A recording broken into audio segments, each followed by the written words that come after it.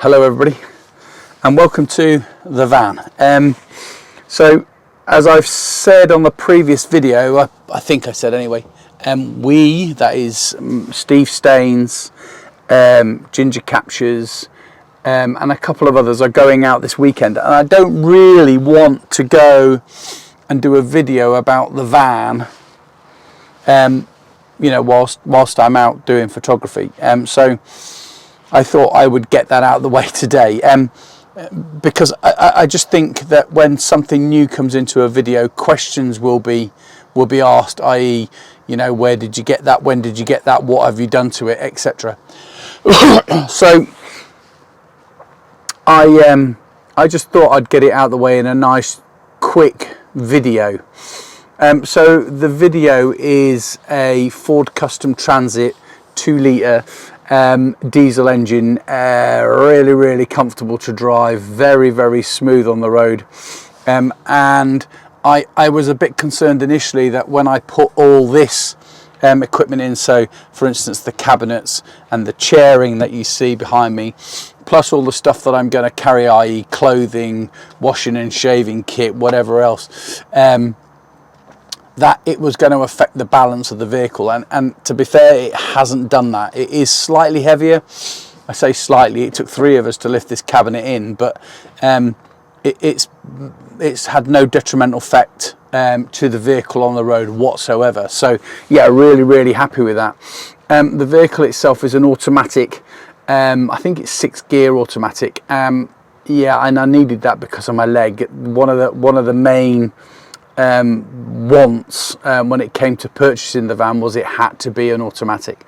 Yeah, and I managed to get that, and I got the van from a friend from the army, who served with me in the army. Yeah, I don't suppose he wants anybody to know his name, so I won't mention him. But yeah, the van is really good. So what I want to do is just quickly show you a few things, but I'm going to tell you a few points as well. So the cabinets are purely that, cabinets. I do not yet have any form of electricity in there. There is no leisure battery, nothing like that whatsoever. So the sides of the cabinet here are just wood. There's nothing to do with electric. In fact, there's nothing to do with gas either. And the reason behind that is, well, if I'm honest, the cost. It's quite expensive, but B, because I'm not going camping. I've got a portable gas cooker that's coming in the next couple of days, hopefully. I've got water tanks, so I can do that. I've got a wash bowl, so I can wash and do stuff like that. And I don't feel the need to have, holes drilled in this surface for a basin and for a gas cooker, not yet. My aim is to go out for one night, possibly 2 nights. I mean, I say that this weekend is 2 nights, I believe, and that's it. I have no intention of staying out for any more than 2 nights. I say that I have a trip planned, which is possibly going to be a week, but most of the time it's going to be no more than 2 nights, and so therefore there is no need for expensive cooking equipment to be installed in here, and then the risk of having gas bottles and stuff like that inside the vehicle. I just don't see the risk, the necessity to do that. So yeah, I've decided not to do that. So like I said, I've got a gas cooker on the way, which is portable, which is going to sit on top of this surface when it comes to cooking, and I have a Jackery, which I will use for my electricity. It's only, I think it's 240, but yeah, I if that's not enough, then potentially I'll buy either another one, or I'll buy a larger one. But I've rigged it up so that it sits down the bottom on the floor. It's wired in to my 12 volt output, so whenever I'm driving it will charge, and I also have to here on my left, just here, some solar panels so that I can charge it when it's not in use, and we're sitting down having a cup of coffee or whatever. So I personally think my needs are covered, but I guess I'm going to find that out over the coming days. I know Steve has all the trimmings inside his van, for instance. I really don't think I need to go that far, but maybe in time, maybe in time. Anyway, so what have I got? So I bought all my stuff on eBay. These chairs is what they call a rocker bed. I got those from eBay. I had to drive up to Bedford to pick them up. I don't think prices need to be mentioned on what they are, but these are quite expensive.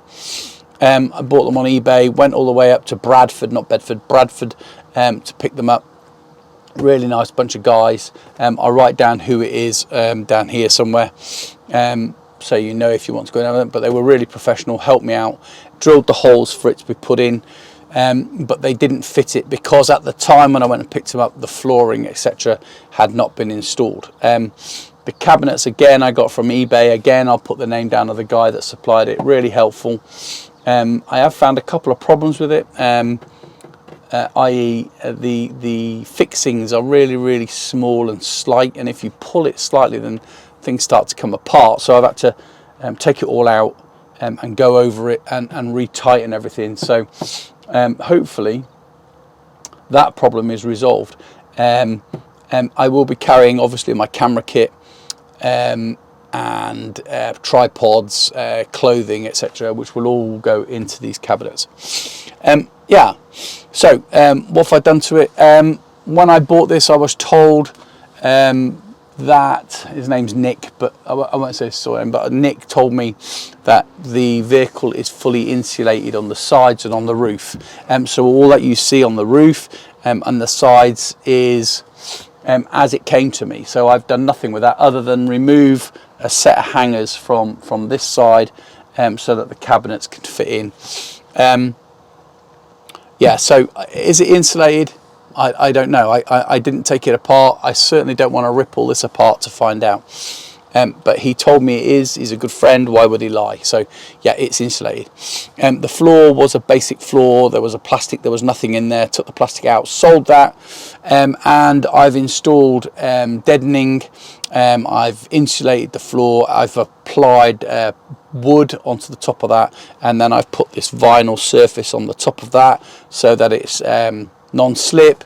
Really nice. And I've got an old carpet that my dad made back in 1974, I think, while we were stationed in Hereford, and I've got that in the van just to give it a bit of a warm feeling on my feet. And I've bought a pair of slippers so that, you know, when I'm in the van I can wear my slippers and not dirty the carpet, etc. Yeah, so really good. Really good. Very pleased with it. I take it out, like I said, on Friday. I'm going out Friday, Saturday, Sunday, coming back on Sunday.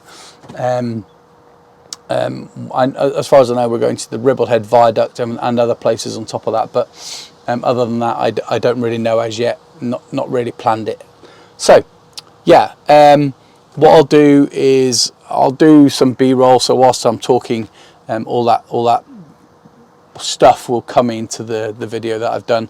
It's really short. I really don't see the point of going on about it too much. I just wanted, like I said, to get the topic of the van out of the way.